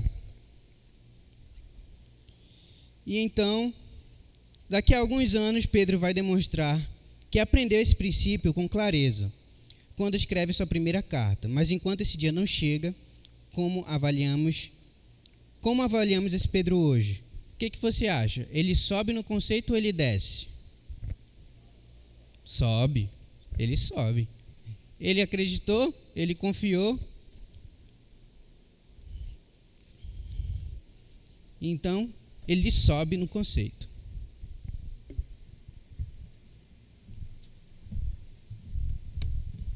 Vamos lá que a gente ainda tem muito assunto. Essa próxima cena não é uma cena individual de Pedro, mas sim de todos os discípulos. Mas serve para a gente entender a natureza de como a gente pensa, como as pessoas pensam, tá bom? Não sabemos muito bem como começou a discussão, mas a caminho de Cafarnaum, os discípulos começam a discutir quem deles é o maior. Tá? Então pode anotar aí quem é o maior. É a próxima cena. Vou deixar aqui embaixo por enquanto. Quem é o maior? Essa passagem está lá em Mateus, capítulo 18, a partir do verso 1. E é estranho você pensar, por que eles estão discutindo quem é o maior deles? Quem é que faz mais? Quem Jesus considera que fosse maior? E talvez seja pelo tempo de ministério. Já tinha um tempo que eles estavam caminhando com Jesus. Aí eles pensam assim: Jesus fez muitos sinais e maravilhas. Uau! Aí depois eles começaram, Jesus permitiu que eles também fizessem sinais e maravilhas. Aí, nossa, incrível. Aí eles subiram no monte, viram a transfiguração, viram Jesus glorificado. Isso subiu a cabeça. Olharam agora, a gente joga no nosso peito. Estavam maravilhados com o milagre. Chegou ao ponto, gente, que Jesus mandava em pares, né? Tiago e João foram pregar numa cidade, para o povoado samaritano, e ninguém queria receber, não. Aí eles chegaram para Jesus assim: o senhor quer que a gente mande cair fogo lá? A gente manda, só o senhor pedir. Olha, mande só. Quem eram os discípulos, gente? Eles que estavam discutindo, queriam saber maior. E se a gente lembrar, não fazia muito tempo que Pedro, aqui na pesca maravilhosa, assim que Jesus realiza o milagre, o que Pedro fala? Eu não sou digno. Eu sou um pecador. Aí daqui para cá ele já está discutindo: não, sou maior, eu que faço mais milagre que tu, depois de Jesus é eu. O fato é que que Pedro era líder. Ele era líder dos discípulos. A gente viu na meditação, acho que foi 3 ou 4 passagens que falavam dos discípulos. Começava sempre com quem? Com Pedro. Ele era o primeiro. Ele era o mais velho e ele era líder. Mas ele era o maior? Que tipo de discussão é essa, gente? E que contraste de Pedro, né? Antes eles se achavam nada, agora ele está discutindo ali com João para saber quem é maior. Isso nos faz pensar também como é que nós somos, como é que nós começamos. Ontem, quando primeira vez que a gente reconhece Jesus como nosso Senhor, a gente fica: nossa, como eu sou um pecador, como eu não mereço a redenção de Deus, como é que Deus teve coragem de me redimir. Aí passa um tempo, Jesus vai ajeitando, Deus vai moldando, daqui a pouco a gente: não, esse ministério não roda se eu não vier. Aí começa a discussão: não, ninguém me chamou para ser líder, por que eu vou? Nós somos assim também. Isso é uma coisa muito, na natureza muito terrena. Quem é o maior? Acho que o pastor falou disso hoje no culto. Tem quem considere, gente. Pastor Gleice, pastor José, pastor Nildo, pastor Gabriel. Mas ninguém é maior. Na visão de Deus, todo mundo é? Todo mundo é? Igual. Pedro, quando fica mais velho, ele amadurece, e na carta dele ele escreve assim, 1 Pedro 5. Deus se opõe aos orgulhosos, mas concede graça aos humildes. Então, aqui nesse momento, Jesus vai ensiná-los que eles precisam se humilhar e se esvaziar. Em Mateus 18, Jesus afirma assim: a não ser que vocês se convertam verdadeiramente, vocês não entrarão no reino dos céus, pois quem se faz humilde como uma criança, este é o maior no reino dos céus. E perceba que Jesus usa o símbolo criança para dizer humilde. Por que criança? Como uma criança, imagina assim, para a criança tudo é grande. Tudo é grande. O carro do papai é grande, a igreja é grande. Para você ver a criança, ela vê tudo grande, tudo grande. Outro ponto, a criança ela é completamente dependente dos... Completamente. Já viu uma criança pensando: poxa, eu estou preocupado com o quê? Eu não sei se meu pai vai conseguir pagar a conta. Tá nem aí, mas ela quer saber de correr, de brincar, porque ela sabe que tem alguém para prover. Você entendeu a analogia? A gente precisa ser humilde como uma criança e depender totalmente de Deus. E ter a confiança. A criança confia que seu pai vai amar, vai proteger e vai cuidar. Marcos adiciona isso. Marcos escreve isso, que Jesus afirma assim: se alguém quiser o primeiro, que seja o último. Quem quer ser o primeiro, que seja o último e servo de todos. E Jesus continua ensinando sobre humildade. Aí você pode pensar assim: pegaram na cara deles, vão parar com essa discussão. Eles continuaram discutindo para saber quem era o maior, quem era o melhor. Mas Jesus insiste com eles e ensina. Jesus lavou os pés dos discípulos. E falou: vocês devem fazer isso com todos. Não se preocupar quem é o maior, porque o nosso foco é agradar a Deus. Então a gente não pode fazer, eles não podiam fazer essa pergunta. Quem é o maior? E a pergunta certa era como eu posso servir? E se preocupar com posição só nos mostra como o nosso pensamento está distante do pensamento de Deus. Sem nível criativo.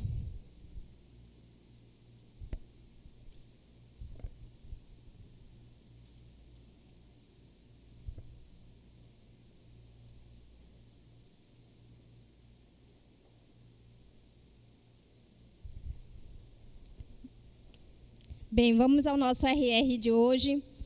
Vamos ser bem rápidos, tá? Então, a gente vai fazer, o nosso RR é uma pantocenas, tá bom? A gente vai dividir em 4 bases. Eu peço que a primeira base fique aqui, a segunda aqui, a terceira lá naquele canto e a quarta naquele canto de lá, tá bom? Isso, a primeira aqui, tá bom? Essa é daqui do Luiz Guilherme, para cá, até a Cleia ali, o banco da Ana Lucas, para cá, para a primeira base, tá bom? Restante, lá na terceira base. Desse lado daqui, podem se dirigir, vão, para ser bem rápido.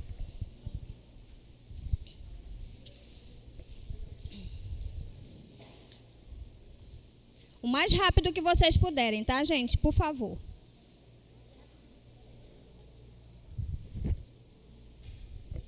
Tá, deixa eu dar uma explicada rapidamente como vai ocorrer. Vocês vão ter, eu vou dar 3 minutinhos para ensaiar. Vocês vão ter uma pantopeças e vocês vão apresentar aqui, cada equipe vai apresentar a sua pantopeça. A base vai auxiliar vocês, tá bom? De como vocês têm que prosseguir. Aí eu vou estar lendo aqui a peça e vocês vão estar encenando elas, tá bom? Então, uma hora vai ser Jesus. Tem um vento, então vocês vão ter que fazer o vento. Tem o barco, façam o barco, tá bom? Rapidamente, contando agora, podem ensaiar.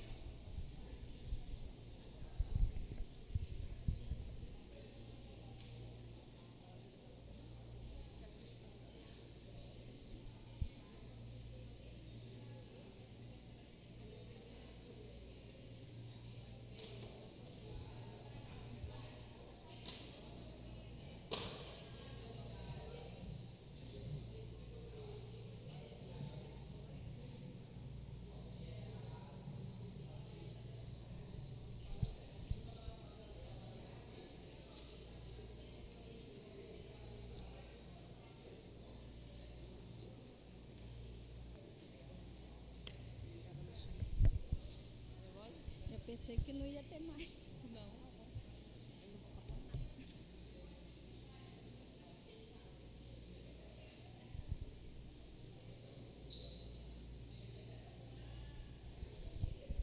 Vamos lá, já se passaram 1 minuto, tá bom? Eu que vou narrar. Eles vão se apresentar aqui no meio. Isso. Não foi isso que a Andressa me falou. A Andressa falou que a apresentação ia ser na base. Não, vai ser aqui. Eles vão vir pra frente. Foi isso que a Paula me falou.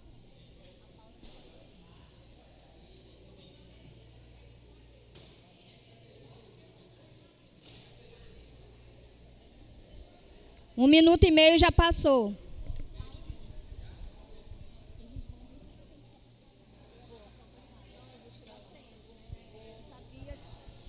Já chegou outra informação para mim.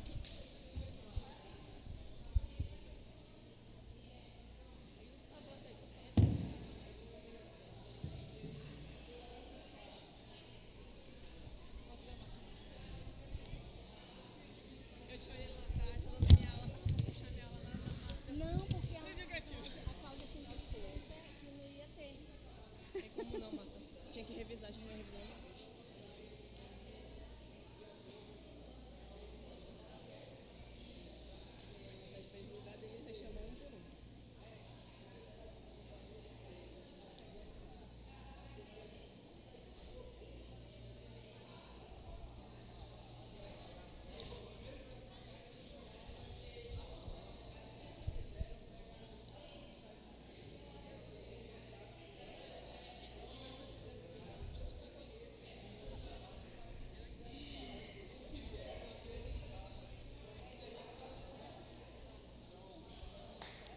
Bora lá.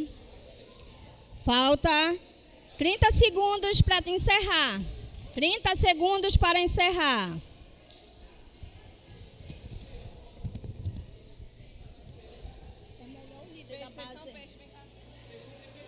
Bora, os peixes. Vão, peixinho. Vão.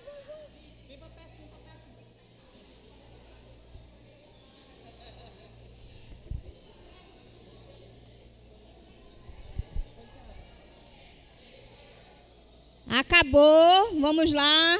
Agora cada um fica aí na sua base. Vamos. Se sentem para vocês também assistir os outros, tá? E vamos começar aqui pelo Jesus anda sobre as águas. Vamos lá. Então aqui desse lado. Venham para cá pro meio, por favor. Era bom lá em cima. Vamos lá, prestem atenção. Eu vou narrar e vocês vão fazendo, tá bom? Bora lá. 1, 2, 3, já. Alta madrugada, Jesus dirigiu-se a eles andando sobre o mar. Quando o viram andando sobre o mar, ficaram aterrorizados e disseram: é um fantasma! E gritaram de medo. Mas Jesus imediatamente lhe disse: coragem, sou eu, não tenham medo. Senhor, disse Pedro, se és tu, manda-me ir ao teu encontro por sobre as águas. Venha, respondeu ele.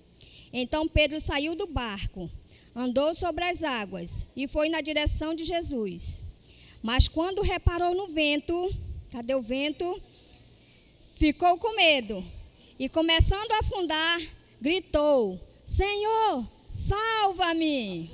Afunda. Pronto. Parabéns à primeira equipe.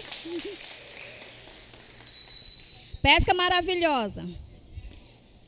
Aqui, pode vir para cá, tá? Ah, tá bom, ok. Então vamos lá. Vai tirar? Ah, é? Então tá. Rápido, gente.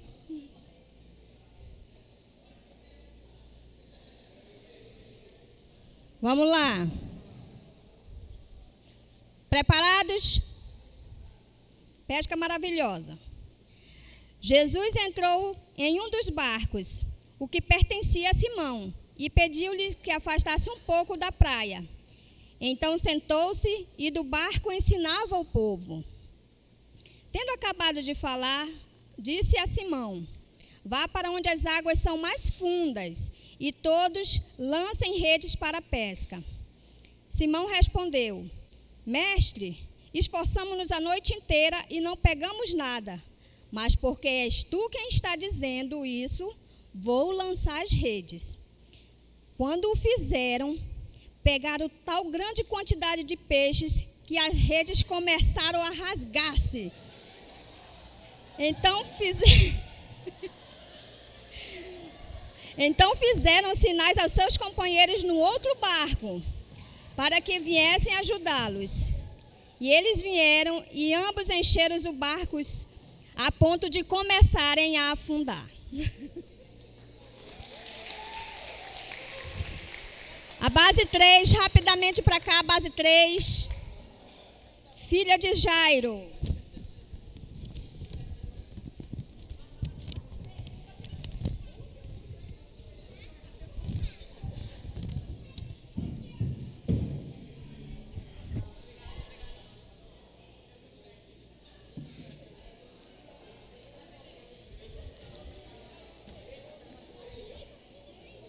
Prontos?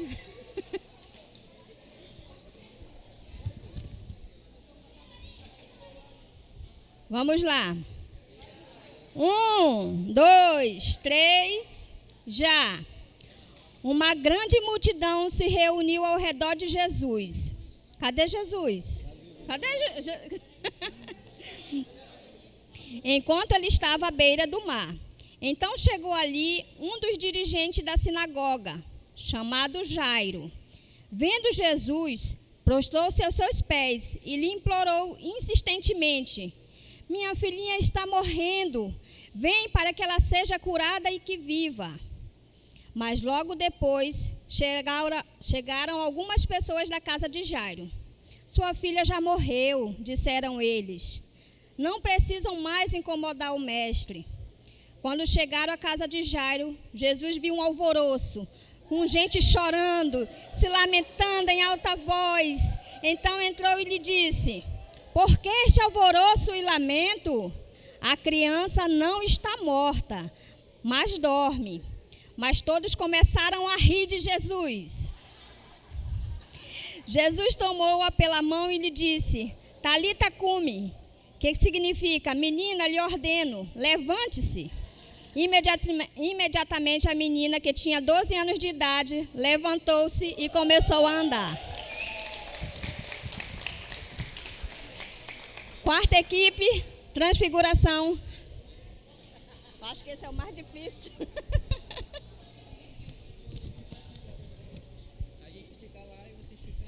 Vamos lá?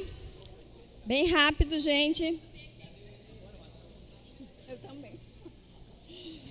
1, 2, 3 e já.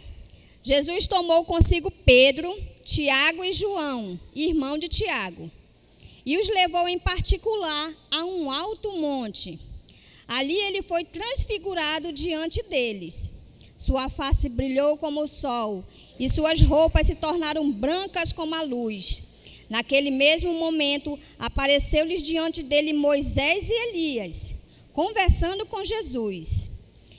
Então Pedro disse a Jesus: Senhor, é bom estarmos aqui. Se quiseres, farei 3 tendas, uma para ti, uma para Moisés e outra para Elias.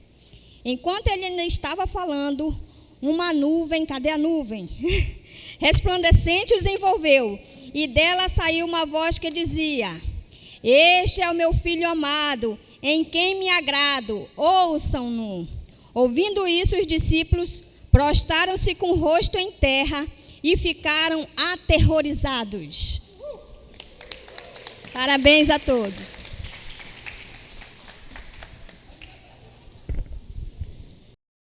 Sem perder tempo, agora Jesus começa a ensinar acerca de como nós devemos proceder quando um irmão peca contra nós.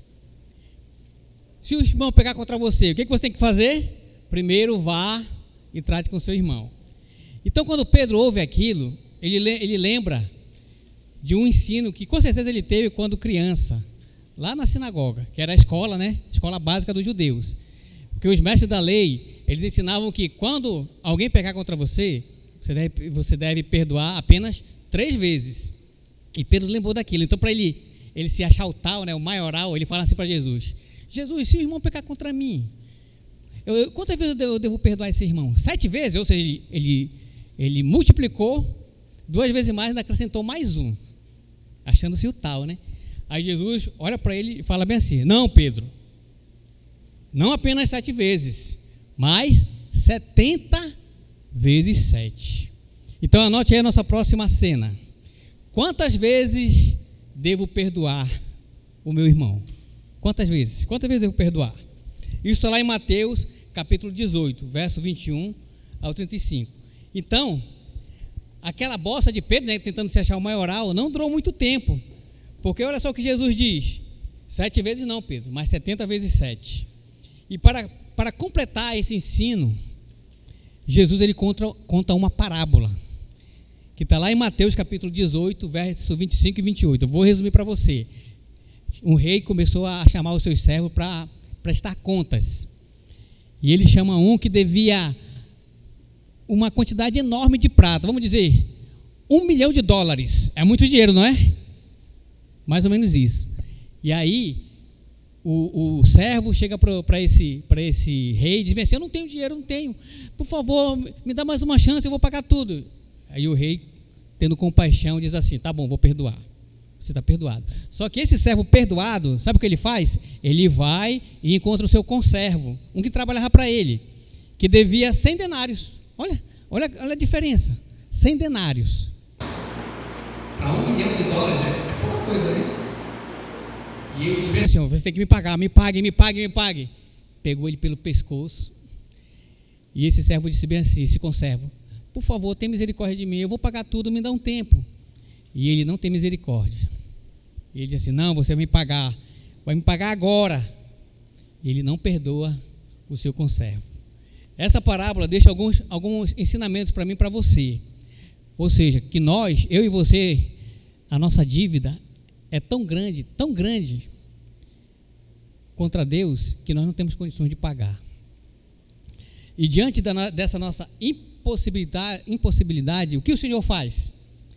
Ele teve compaixão de nos perdoar e nos perdoou. Ele cancelou a nossa dívida, a minha e a sua, nos libertou da dívida. Isso está lá em Mateus 18, 32 e 33. Então o Senhor chamou o servo e disse: servo mau, aquele que tinha uma quantidade enorme devendo para o rei: servo mau, eu cancelei a sua dívida, porque você me implorou. Você não deveria ter misericórdia do seu conservo, como eu tive de você? Parte da nossa dificuldade com essa questão vem de um entendimento errado de que perdão começa no ofensor. Não, aquele que me ofendeu, ele que tem que me perdoar. Ele que me ofendeu? Não, mas Jesus, ele muda isso daí. Jesus diz que ele te ofendeu, mas o perdão tem que partir de você. É você que tem que perdoar. Perdoar é o quê? É uma sugestão ou é um mandamento? O que vocês acham? Quero ouvir de uma só voz. Perdoar é uma sugestão de Jesus ou é um mandamento? É mandamento. Perdoar é um mandamento. Como Deus poderia me dar uma ordem que dependesse de uma outra pessoa? Não. O perdão depende de quem? Aponta aí. Depende de mim. Depende de mim. Ok? Acredito que essa expectativa errada que temos seja fruto do fato de confundirmos o conceito de perdão com a de reconciliação. A gente confunde isso aí. Achamos que liberar perdão e se reconciliar são a mesma coisa, mas não é. Já vimos isso numa matéria que nós tivemos aqui na igreja, mas vou ajudar você a lembrar. Perdão, o que é perdão? Perdão é incondicional. Se você puder anotar, perdão é incondicional. Perdão é um mandamento unilateral de você que tem que pedir perdão. Perdão só depende de quem? Aponta. De você. Só depende de você. Significa que nós saímos do banco de juiz, que nós queremos julgar, né? Nós saímos e deixamos quem julgar? Deus. É Ele que é o nosso juiz. O próprio Pedro escreveu a respeito de Jesus nessa passagem aqui, em 1 Pedro capítulo 2, verso 23. Ele diz assim, ó: quando Jesus foi insultado, não revidava. Quando sofria, não fazia ameaças, mas entregava-se àquele que julga com justiça. Ou seja, Jesus, ele foi o mais injustiçado dos homens, gente. E mesmo assim, o que ele falou na cruz? Senhor, perdoa-os, eles não sabem o que fazem, né? Agora, o que é reconciliação? Vimos o que é perdão, e para nós não confundirmos com reconciliação. O que é reconciliação? Reconciliação é reatar o relacionamento. Você está se reconciliando. Reconciliação depende da disposição de ambas as partes. Ou seja, se o Nildo fizer alguma coisa contra mim, aí a gente se desata. E para ter essa reconciliação, eu tenho que ter disposição para reatar e o Nildo também. Se ele não tiver, então não vai ter reconciliação, entendeu? Reconciliação não é condição para ocorrer o perdão, não. E reconciliação também não é mandamento, ok? Essa é a diferença de reconciliação com perdão. Aqui nessa aula estamos falando de perdão. O primeiro objetivo do perdão não é livrar o ofensor da sua culpa, não. O poder que Deus nos dá para perdoar é, em primeira instância, para curar o ofendido, para libertá-lo. Nós somos os principais beneficiados quando perdoamos, ok? Então o perdão depende de mim, não da pessoa que me ofendeu. O perdão não me coloca como juiz, não. Quem é o juiz? É Deus. Você entende isso? Você não precisa carregar pelo resto da sua vida a dor da mágoa, de uma ofensa, não. Uma injustiça, uma maldade sofrida do qual o ofensor nunca se arrependeu. Você não precisa carregar essa mágoa. Você precisa o quê? perdoar. Porque o perdão, se você não libera perdão, aquilo ali vai corroendo você, vai destruindo você por dentro. Olha a importância que eu e você temos de praticar o perdão. É um mandamento. E muitos de nós não cumprimos esse mandamento de perdoar. Então é exatamente por isso que precisamos aprender a perdoar, porque ficar esperando, eu remoendo o ódio dentro de cada um de nós? Não. Procure a pessoa, como Jesus fala aqui no ensinamento. Se você tem algo com o seu irmão, o que você tem que fazer? Falar com o seu irmão. Não, vou lá com o pastor, eu vou lá com o meu líder, porque meu irmão... Não, é você que tem que ir lá e tratar com o seu irmão. Se ele lhe perdoar, você ganhou o seu irmão para Cristo novamente. Se ele se arrepender.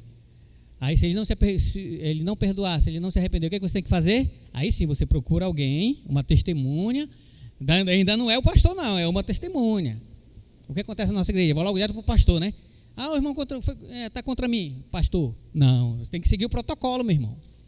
Até chegar no pastor. Aí chama uma testemunha, aí vai lá. Não quis se arrepender, não quis perdoar. Aí sim, agora vai uma escala mais acima, o pastor ou o líder, ok? Perdão é justiça, perdão e justiça humana. Quando falamos de perdão, não queremos de modo algum desprezar ou incentivá-lo a não buscar a justiça humana, se esse for o caso, né? Por quê? Porque nós perdoamos, mas muitas das vezes, quando nós perdoamos alguém que nos ofendeu, às vezes é bom ficar longe. Perdoou, beleza, perdoou. Mas talvez aquele opressor, aquela pessoa que te ofendeu, talvez esteja ao ponto de cometer alguma coisa contra a sua vida. Então você perdoa e o que faz? Se afasta, procura as autoridades, né? Não, olha, eu perdoo, mas ele está me ameaçando ainda, está perdoado. Aí procura, né, a proteção, como a gente fala, né? Procura proteção, procura uma medida cautelar e a justiça vai cuidar disso daí.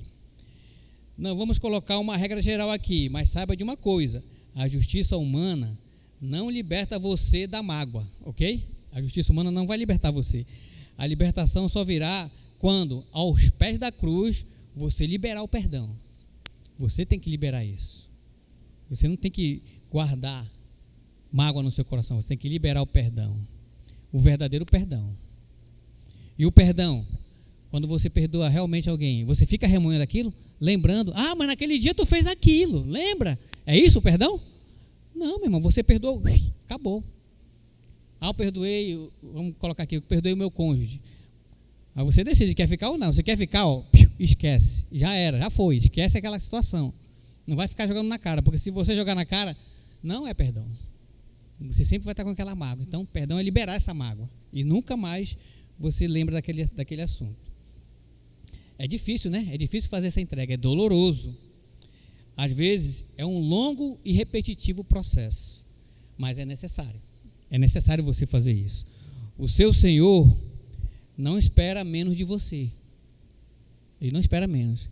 Ele espera que nós também perdoemos. Isaías 41:10 diz assim: estou com você. Você não precisa ter medo, porque sou o seu Deus. Vou dar forças a você. Eu o ajudarei. Você encontrará firmeza em mim. Vou segurá-lo pela minha mão. Isaías 41:10. Porque eu sou o seu Deus. Eu o ajudarei e te fortalecerei. Eu te segurarei com a minha mão direita vitoriosa. Ele vai ajudar você a liberar esse perdão. Dessa história toda, uma coisa é certa: o perdão não tem nada a ver com números. 3 vezes, 7 vezes, 70 vezes 7. Ele deve ser uma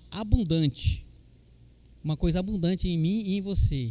Porque Deus, Ele nos deu uma graça abundante, muito grande. Só quando a graça de Deus acabar, é que o perdão também vai acabar. Então a graça de Deus só vai acabar quando nós estivermos lá no céu, né? Aqui continua a graça. Então continua o perdão. Pedro só faz essa pergunta porque segue a linha do raciocínio dos homens, aquilo que ele aprendeu. Ele aprendeu isso, perdão, 3 vezes. Aí ele quis acrescentar 7 vezes.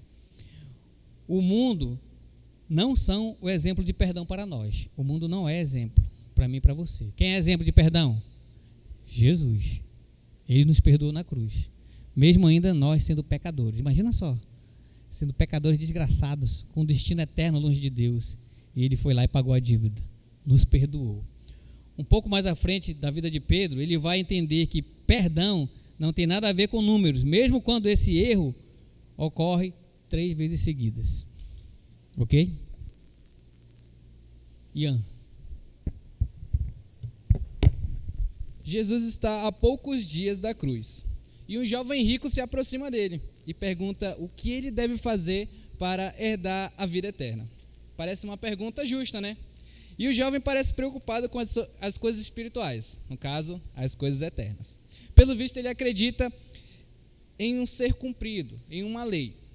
Por isso que ele ama Jesus, mas ele se preocupa muito com as coisas terrenas. Ele se preocupa muito com a sua riqueza. E não é isso que Jesus quer dele. E Jesus simplesmente fala assim para ele: se você quer ser perfeito, vá, venda todos os seus bens e dê o dinheiro aos pobres, e você terá um tesouro no céu. Depois disso, siga-me. Em outras palavras, Jesus está dizendo: se você quer mesmo entrar no reino, nada nessa terra pode ser mais importante para você. Deixe tudo e siga-me. Bom, parece que não era essas palavras que aquele jovem queria ouvir. Realmente ele ficou entristecido, cabisbaixo.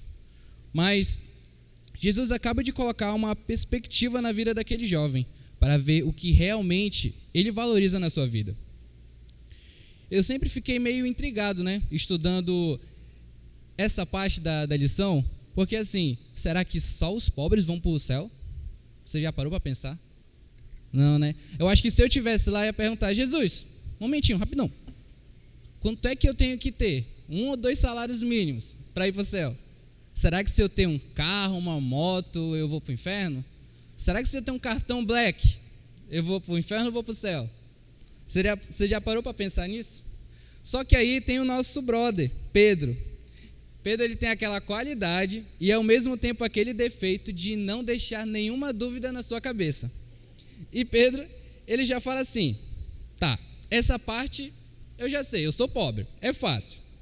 Mas tem uma pergunta que ele faz, que nos leva ao nosso próximo evento da vida dele. Anote aí: deixamos tudo. Referência é Marcos 10:17. Então a pergunta que Pedro faz para Jesus é assim: e nós, Senhor, deixamos tudo para seguir. O que será de nós? Isso está lá em Mateus 19:27. O que será que Pedro está realmente querendo ouvir com essa resposta? Será que lá no fundo ele está preocupado com o futuro? Ou ele está querendo só receber um elogio do Senhor? Talvez Pedro esteja só tentando garantir que aquela conversa sobre a cruz e o sofrimento tenha ficado para trás. Jesus responde para Pedro com uma garantia não só para a vida presente, mas com uma garantia para a vida futura deles. E para o presente, Jesus fala lá em Marcos 10, 29 e 30. Digo-lhes a verdade, ninguém que tenha deixado casa, irmãos, mãe, pai, filhos ou campos, por causa de mim e do Evangelho, deixará de receber 100 vezes mais, já no tempo presente, casas, irmãos, irmãs, mãe, filhos e campos, e com eles perseguição. E na era futura, a vida eterna. E para a vida futura, Jesus diz, lá em Mateus 19, 28, digo-lhes a verdade, por ocasião da regeneração de todas as coisas, quando o Filho do Homem se assentar ao seu trono glorioso, você que me seguirão também se assentarão em 12 tronos, para julgar as 12 tribos de Israel. Mas isso não está claro para Pedro e nem para os discípulos. Se não fosse assim, logo em seguida eles não estariam brigando para saber quem vai ficar sentado na esquerda e na direita do trono. E a visão deles é o reino terreno. Eles ainda não estavam com aquela visão do futuro. Por isso que lá em Lucas 18, 34 fala assim: os discípulos não entenderam nada dessas coisas. O significado dessas palavras lhe estavam ocultas. E eles não sabiam do que Jesus estava falando. Quanto às promessas de receber 100 vezes mais no tempo presente, Jesus parece que essa conta não está batendo lá em casa, né? Só estou recebendo um salário mínimo, então eu acho que eu vou ser salvo. Nós precisamos ser coerentes com os ensinos do Senhor. Ele acaba de mostrar para o jovem rico que tinha foco nas coisas erradas. Ele estava focando só naquela sua riqueza. Ele estava com medo de ficar pobre. E não podemos seguir a Cristo achando que seremos retribuídos da mesma forma, mediando o valor que o jovem rico tinha, no caso, valores materiais. Quando Jesus promete 100 vezes mais, ele está falando de coisas realmente importantes, coisas que a gente não pega. Marcos escreve assim: você não deixará de receber 100 vezes mais já no tempo presente, casas, irmãos, mães, filhos e campos. Isso está lá em Marcos 10, 30b. Ah, mas tem outra parte, o B, e com elas perseguição. O tempo presente não é só sofrimento, há alegria. Seguir a Cristo, fazer parte da família de Deus, ter amparo, mas não é sem sofrimento. Realmente, essa é a nossa vida, a vida de um cristão. Seguir a Cristo não é só alegria, tem a parte do sofrimento.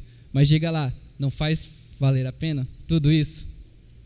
E então, Pedro está preocupado com o futuro, porque ele deixou para trás. Mas agora, vamos avaliar ele. Ele sobe ou ele desce? Diga-me aí. Ele sobe ou ele fica aqui embaixo? Essa é a decisão de Pedro de deixar tudo para seguir a Deus. Ele sobe. Coloca até um pouquinho aqui, ó. Pronto. Não vai ficar legal. Deixa eu colocar aqui. Pronto. Ele sobe. Essa decisão que Pedro fez foi a mais importante da vida dele. Tá bom? E com isso, ainda não finalizou o nosso ensinamento. Continuando, a história de Jesus segue. Indo para Jerusalém, entrando em Jericó, encontra um homem rico, quase um anão, que ele desejava ver Jesus. Qual era o nome dele? Zaqueu. Você conhece a história. Ele se converte, né? E ele diz assim: olha, Senhor, estou dando tudo dos meus bens aos pobres. E se alguém extorquir alguma coisa, devolverei 4 vezes mais. Isso está lá em Lucas 19, 8. E Jesus responde assim: hoje houve salvação nessa casa. Só que aí, nosso amigo Pedro estava lá. E Zaqueu disse o quê? Metade. Então Pedro fica assim: calma lá, metade? Jesus, metade? Isso é liquidação, é? O senhor deu um cupom para ele, 50% de desconto para a salvação dele? É Black Friday, é? O que está acontecendo assim, Jesus? Mas claro que não é assim, tá bom? Nós precisamos entender 2 coisas. Primeiro, ainda que Deus recompense todas as nossas coisas, a nossa dedicação a Ele, a salvação não é um pagamento, ela é de graça. Segundo, não é sobre quanto você tem, nem sobre quanto você deixou. Não é sobre quanto você dá, nem quanto você fica. É sobre não ter nada mais importante na vida do que Jesus. Ele deve ser o seu foco, a sua principal decisão. Eu não estou dizendo que Deus nunca vai dar nada para você. Aliás, eu espero que essa semana Deus derrame bênção na sua vida e na sua família. Mas tem uma coisa que você precisa lembrar: as coisas mais importantes do reino de Deus são aquelas que a gente não pega. O mais importante no reino de Deus é Cristo. É aquela coisa que você tem que ter na sua vida, na sua família, ensinar para os seus filhos. É o amor a Deus e a Cristo. Mais alguma coisa? Vamos orar, vamos baixar nossa cabeça. Pai querido, muito obrigado pelos ensinamentos de hoje, pela equipe do CENIB, por cada coisa que aconteceu aqui, Senhor. Que a gente possa ir em paz e em segurança para nossas casas e logo após estar aqui na igreja novamente. Em nome de Jesus, amém.